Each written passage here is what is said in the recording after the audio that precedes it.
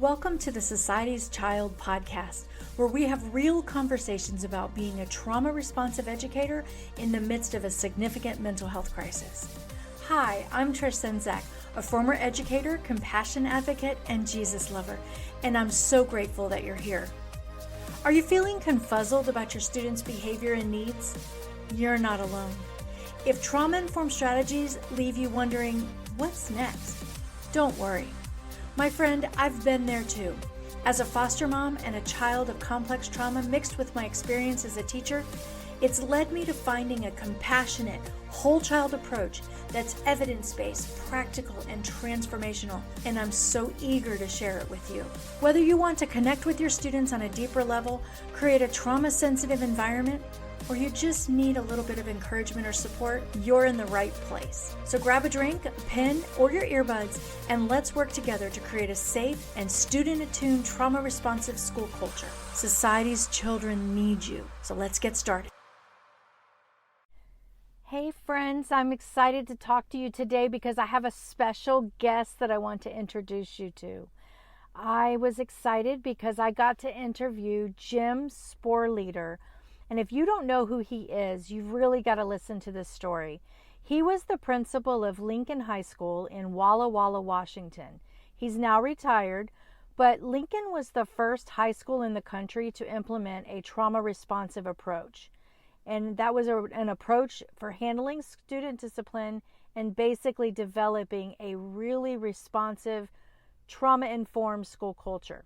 And Lincoln High School caught the eye of Jamie Redford, who was a documentary film director. He came to the school and spent a whole year documenting the work there. And the work was really incredible because the test scores and the data showed how this really works. So Jim has since retired and he travels the country, and he has written a book, The Trauma-Informed School, a step-by-step guide for teachers and administrators wanting to become trauma-informed schools. So this is a really, really cool interview that I got a chance to do. He has had a chance to be a keynote speaker at many of the nation's top school conferences, and he trains out of this book, and he bases everything on the power of one. And what this means is he believes that it's about how one caring adult relationship can lead a student from hopelessness to hope. And he says, if I can understand the power of one, then I want to be that person to as many as people as possible, seeking positive interactions with those who cross my path daily. And isn't that what it's about with our students? I've talked about that since the beginning of this podcast for 4 weeks now, about compassion, being with our students and being in this movement with them. And I think we can learn a lot from him. And so I'm hoping you find some great nuggets out of this today. This is actually just a tiny part of our podcast interview that we had together, and it's going to be, because I want to respect your time as educators, it's going to be broken into several episodes that we're going to have here, because I really want you to pay attention to the nuggets and wisdom that he shares here in this episode. So today's episode, I cannot wait for you to hear what he has to share, because it nails the points home. And he's done it, my friends. He has done it. He is living proof that this can be done, even with resistant educators. So I hope this blesses you. Let's get started. Thank you so much for meeting me. I feel so honored to have gotten a yes. So I'm super excited. So thank you. You bet. Tell me a little more about yourself. You know, I'm a person of faith. I was just sharing with somebody the other day that everything I have planned in life has not turned. There's always been a turn. God's always been a part of that turn, and when that turn comes, there's been that panic. I got through college, but I struggled academically, and all I wanted to do was coach and teach PE. And when I went to do my student teaching, the principal said, I wouldn't be doing you a service if I didn't put you in the classroom. And I literally panicked. So he put me in a classroom, and he took me down and introduced me to the teacher. And as he was going down, he turned around, he says, did I mentioned to you that the class is a special ed class, and I thought, oh my God, not those kids. I fell in love with those kids, spent 13 years with special ed kids. I would have told you you were crazy to think that I would even go into administration. I had no desire. Ended up in administration. Middle school, which I was in my 22nd year, literally was my dream job. Got a consultant came by to visit with me, and he wanted to share a report about the alternative programs in the district, and I had no clue that he was hired for that. To be honest with you, I was even wondering, well, why are you coming to tell me about it? He left me the report. Took several days before I even read it, but after reading it, I was just absolutely devastated with what the kids were saying about themselves. They did not feel safe at school. They didn't feel like anybody cared about them. Wow. The teachers said they didn't feel safe at school, didn't feel like the district supported them. Community members felt like the school was a waste of taxpayer dollars. They should shut it down. Police chief said he had a hard time keeping Walla Walla safe because of the amount of time his officers were at the school. I kept telling my wife I was frustrated with the district, and I knew the reputation of the school. I mean, that was well known, but I told my wife someone needs to go. They need to find somebody to go over to that school. And it was just a gnawing that just wouldn't leave. And finally, my wife one night said, "You keep talking about it. Maybe you are the one that needs to go." And wow. Of course, I told her, well, "No, I'm in my dream job." But when I realized that it was a calling, I went and asked to be transferred, and boy, put my faith on the line, because I thought I was going to go over there and be welcomed and start changing the culture right away, but it was never walked into an environment that was so out of control and unpredictable. We definitely went through the fire before we were able to start turning some corners, and that ended up being Lincoln. After my third year, I was exposed to the trauma research and the impact it had on the brain, but more importantly, the power of a caring adult relationship. Life's never been the same since. Yeah, it's been interesting to listen to your story and think about how you got there, and there's no coincidence that it's God. And like you said, the turns, the things He puts on our hearts. I want to personally say thank you for answering that calling and listening to what God is putting on your heart as your purpose. There's a lot of kids that, because of you, now this movement is going forward, and so very thankful that there's someone that was brave enough to lead the way, and even though you didn't know, you were leading the way. I'm grateful for the calling. I certainly don't want to take credit that I'm the one. You're the one that got attention. Definitely grateful for the journey. I remember when I watched Paper Tigers, I resonated so much with it and cried through it, just at the compassion with these hard kids, because it was just something that I knew that was it's got to be something we do with educators. And then another word that I think God really laid on my heart in one of your podcast interviews, I think I've heard 2 or 3, it was interesting. I don't want to become trauma informed. I believe we need to become trauma responsive across our campuses, or at least that's the takeaway that I took. And I felt like that was a nail that just, God said, that's what I want you to use. That's the campaign I want you to launch. Foundational piece is that if our leaders do not lead this initiative, it's not going to happen. And if it's done in isolation, where you have teachers that are putting it into practice, it's wonderful for the impact they have on those kids for that year, but it's heartbreaking when they go from that environment to the next, and it could be a very traditional-minded, punitive-minded teacher, and things can really regress and go backwards. So when you talk about principals and administrators, it has to start with them, or it's not going to happen. That's a sad part of the movement. But if the leaders aren't willing to lead it,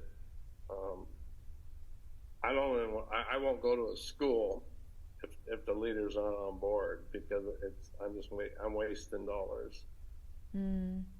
I love how you said that. It has to start with the leaders, and that is so true. And it's very important, I guess, for us to think about, if we're just doing it one classroom and the kids move on and they're not in it in the next classroom, it could almost be damaging.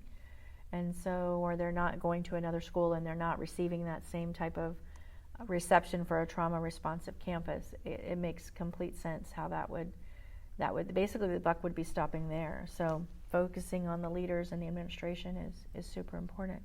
I like that. Thank you for that recommendation. So when you were going into leadership and you found yourself at this school in the middle of, oh my goodness, it's not happening the way I thought it was going to happen. I thought things were just going to start changing.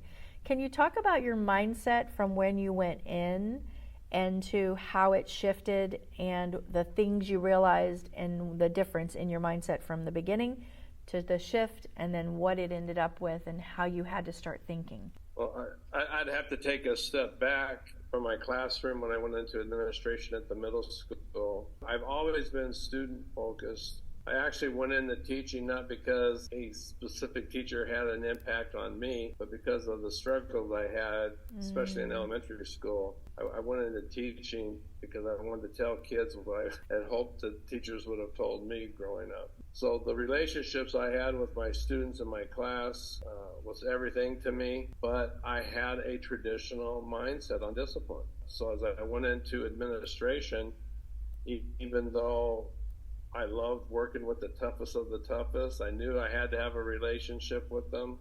I had to get relationships with the families that were very difficult to work with. I knew all that and worked very hard to achieve that, but my discipline still was on a more traditional track. I believed I was student-centered, and I believed that my discipline taught kids. But man, when I look back, it's like, oh my goodness, you were way, way too punitive. I may not have expressed it in a punitive way, but if a kid had a major infraction, there was suspension, and when I got to Lincoln, it was so out of control. People said, well, how did you handle it? And all I could say is I had to carry a big stick, because the common response when I got to Lincoln, they were so anti-authority, and that culture had gone on for so long that they didn't feel like doing whatever you asked them to do. They'd just tell you to F off. And for me, by God, you're not going to talk to me that way. They were very angry I was doing lots of suspensions, trying to get my hands wrapped around the safety of the school, and there were 5 gangs represented in the building, and every day I went to work, I felt the tension. I knew the spark was going to go off. I just didn't know when, but when it did, then I had a forest fire. I needed police reinforcement. It was crazy. I didn't know if I was going to make it. But I knew that if God called me, he wouldn't call me over there to fail. And I had to hold on to that. There were days I thought, I don't know if we're going to get this thing pulled around or not. So the first 3 years, even with a kind of a traditional mindset, we started to change the culture. We won the kids over. We created I promised them I was going to create a safe school where they would come and feel safe and valued. But man, once I learned about trauma and the impact it had on the brain, I was like a bull in a china shop. When I got home from the conference, I got my staff together and just said, things are going to happen differently here. And I said, you're not going to be seeing me suspending kids like I've been suspending them.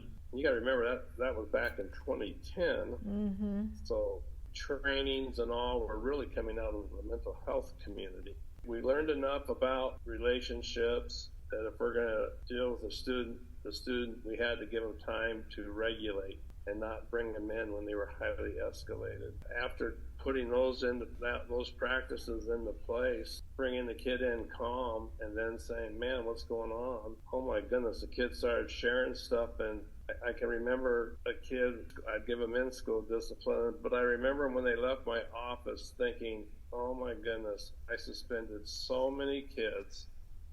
Told them I loved them, told them I was looking forward to them coming back to school, but I'd send them out the door and never knew the story.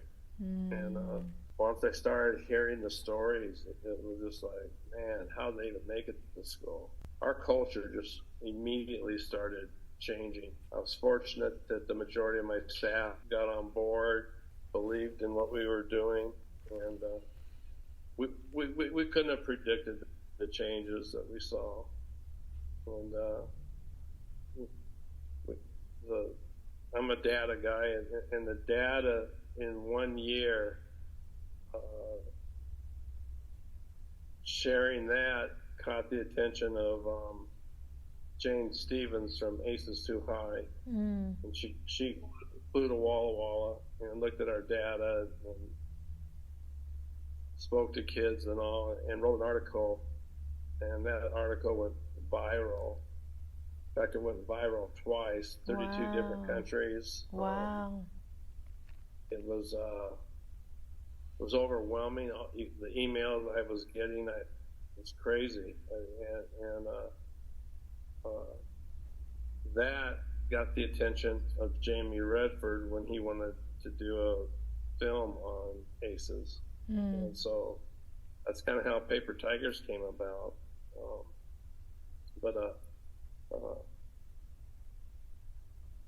Everything had its place and came at a time, and everything came unexpectedly.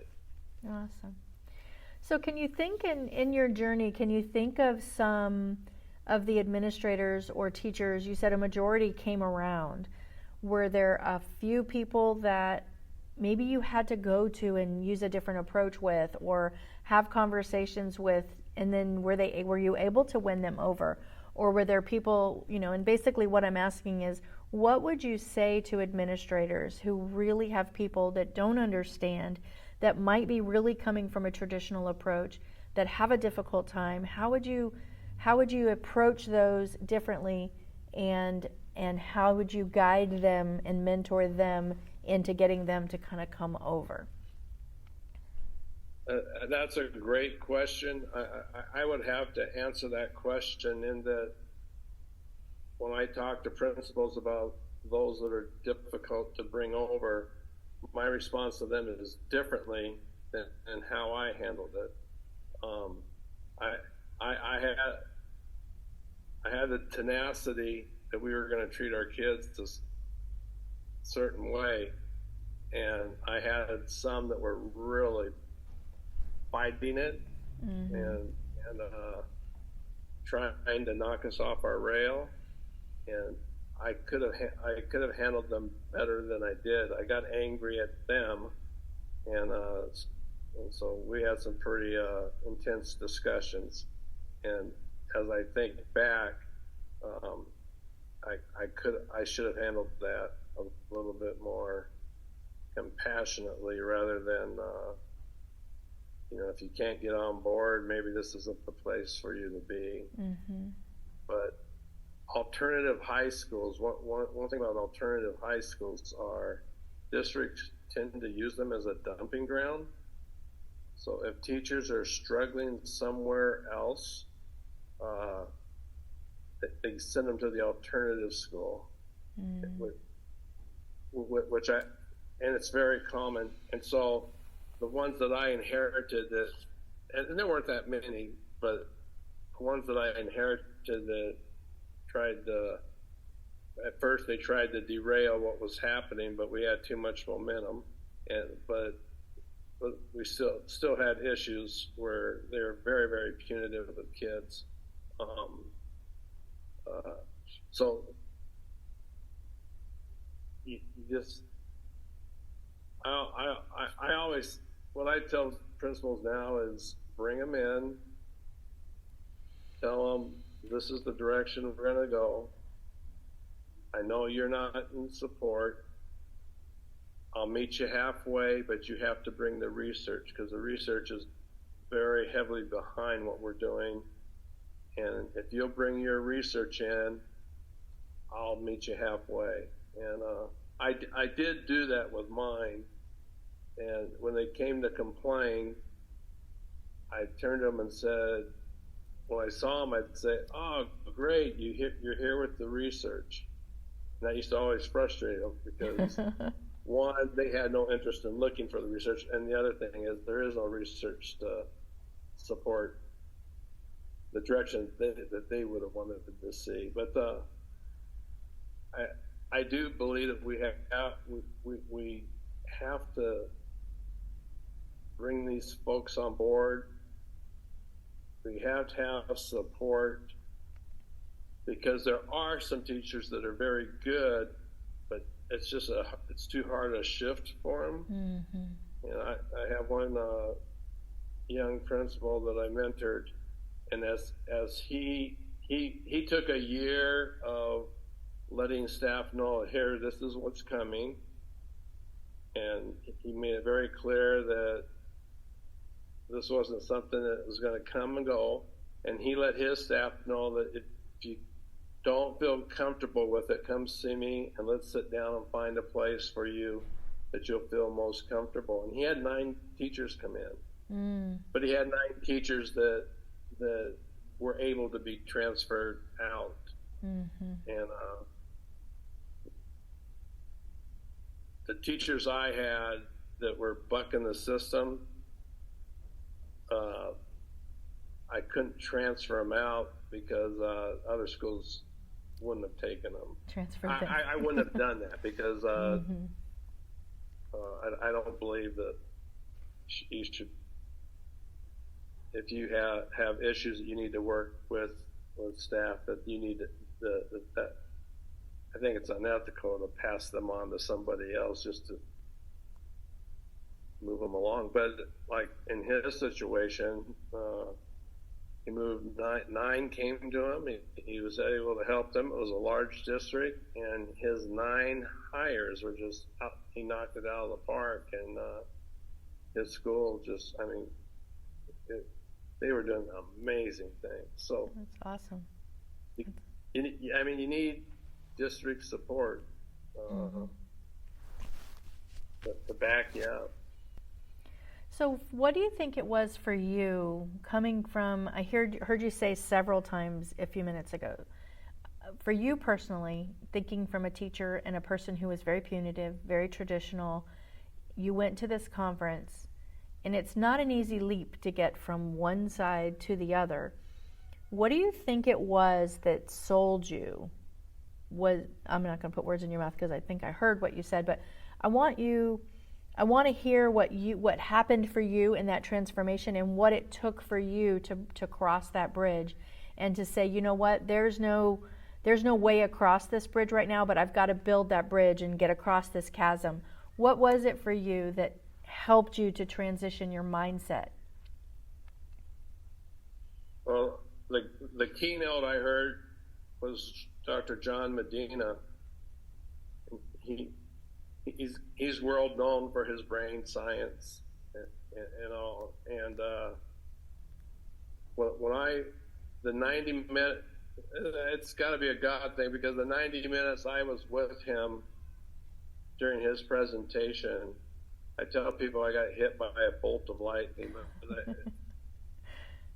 I really honestly can't truly articulate what happened to me internally. But I always believed very strongly that when I was working with students, that to say that a student couldn't do something would be like giving up on that student. And I always believed that the student, that I had a responsibility to teach them to be responsible for their behavior. Mm-hmm. And Dr. Medina's presentation, when he shared how toxic stress, which was the first time I even heard the term, toxic stress impacts the brain, floods it with cortisol, and when a kid's in that high state, they physiologically cannot problem solve, and they physiologically cannot learn. They're not that part of the brain. That blew everything out that I had believed. I believe everybody, we weren't going to give up on a kid. You can do it. And so what I took from that when I got back was not to bring the kids in when they were highly escalated, which meant I had to teach them. And so when I first started telling kids, hey, you're really, really upset right now, I'm going to wait for you to calm down. Kids aren't used to hearing that kind of response, right? They weren't used to hearing it from me. And so as I started putting that into practice, I would get comments like, well, I'm not effing calming down, and I said, well, that's the reason why I'm going to give you time to calm down. And they calmed down fairly quickly. And then I brought them in, and instead of jumping on whatever it is they did, I just said, wow, when you came in, you looked really upset. What's going on? And just those simple questions, they started talking to me. And while we were talking, they themselves would say, I feel bad for telling Terry to F off. It wasn't about him. It was about a situation that the kid was dealing with outside of school. Things triggered at school, but the cause wasn't from school.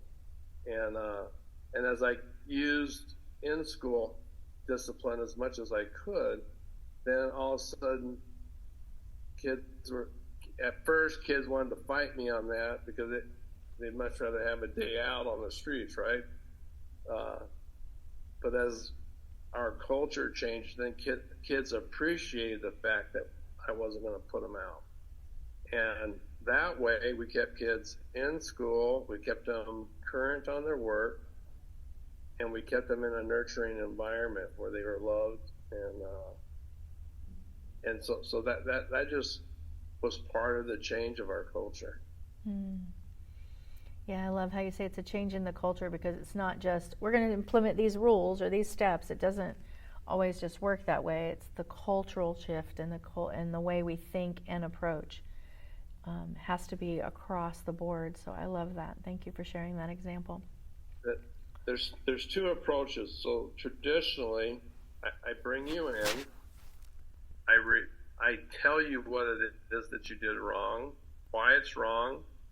I will probably, if it's telling a teacher to F off or something like that, or a physical confrontation, I would say that we're not doing that here. And then I tell you what's wrong, what you did wrong. I react to the behavior, and I give you your consequence, and we move, and you're out the door. With a trauma responsive approach, I bring you in and I ask you what's going on. And I bring you in when you're calm.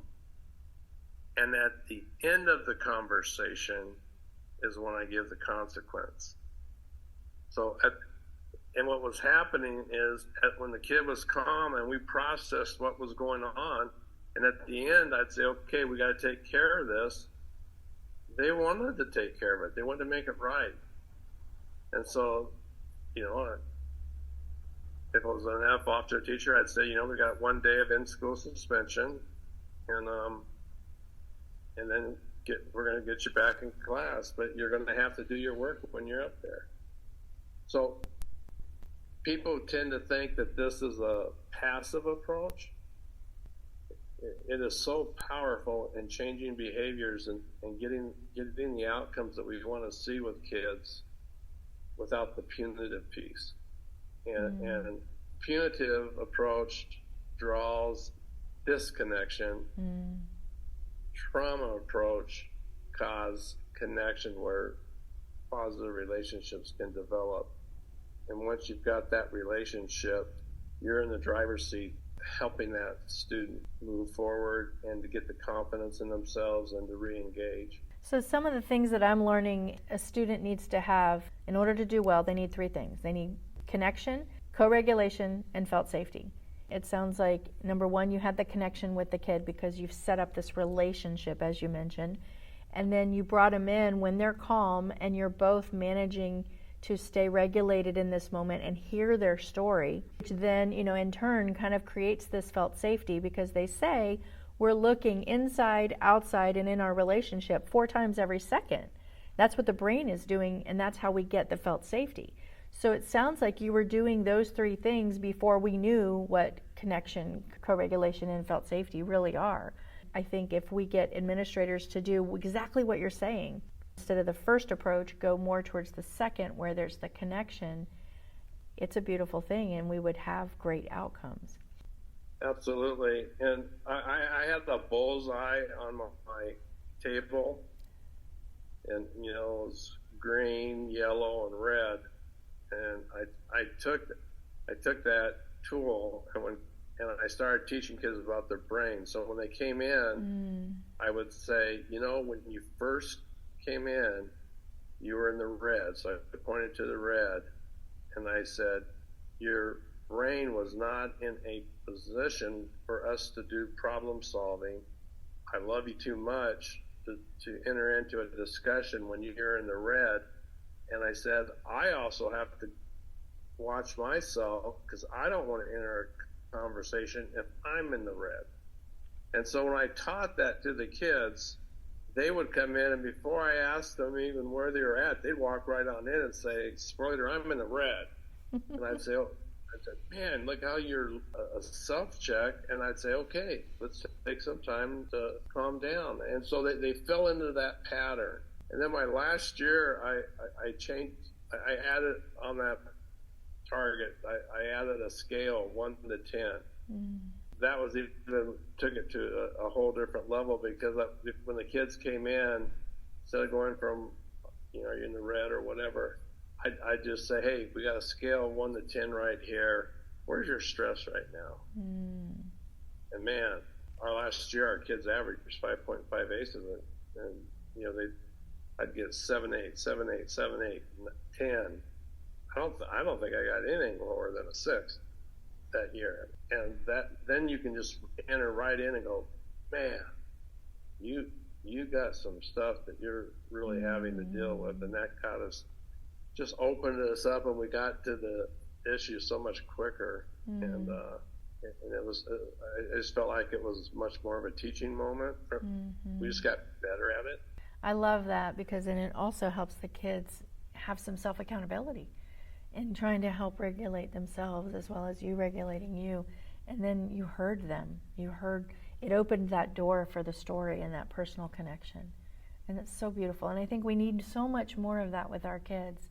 And I think if administrators would do this kind of thing on a more regular basis, I think we would start to see the waves and the shift in all of this. Even if it's not a trauma-informed campus, if we just adopt that approach by itself, I think we would see our discipline rates and our suspensions and things go down. If you've not had a chance to watch Paper Tigers or have never heard of it, make sure that you research Paper Tigers movie documentary with Jim Sporleder. I will also leave a link to that in the show notes so that you can know where you can find it. I believe you can watch it on Netflix, Amazon Prime, Apple. There's a few places that you can find it, but I highly recommend, if this is on your heart, if you have difficult students that you just don't know how to get to, go watch this example. It is a hard watch, I will have to say. It's not glossed over, and it really looks into the needs of the students, the parents, the principal, everything. Takes the whole relationships and all of this and looks at it. I highly recommend watching this as a starting place, because it truly reflects what we're dealing with in our schools and how it can be turned around. I hope that you found some good nuggets from this podcast episode today. It is my heart that you find something that you can take away and apply on your campus. I know we all have areas where we can grow, and I know I certainly learned a lot from him, and I hope you do too. If you find this information helpful, please feel free to go and sign up to be on our group. Check out Jim's information. Call him to your school. This is information I believe that all of our campuses can use if you're not already working on it. So I look forward to sharing more with you on the next episodes. And I do try to respect your time, try to keep these episodes short and sweet. And I know I went a little over my aiming time today, but I pray that it was good information for you, and that I pray that it blesses you. Until we talk again, my friends, Hey, amazing educators, thanks for tuning in. If you found this episode helpful, I'd love for you to hit subscribe and leave a review. Even better, share this episode with a colleague. And hey, I'd love to connect with you on social media. You can even join my Facebook group for some extra support and a dash of inspiration. I've left all the links in the show notes. Until next time, my friend, remember, you're not alone on this journey. You've got this. Keep making a difference and stay teach-tastic.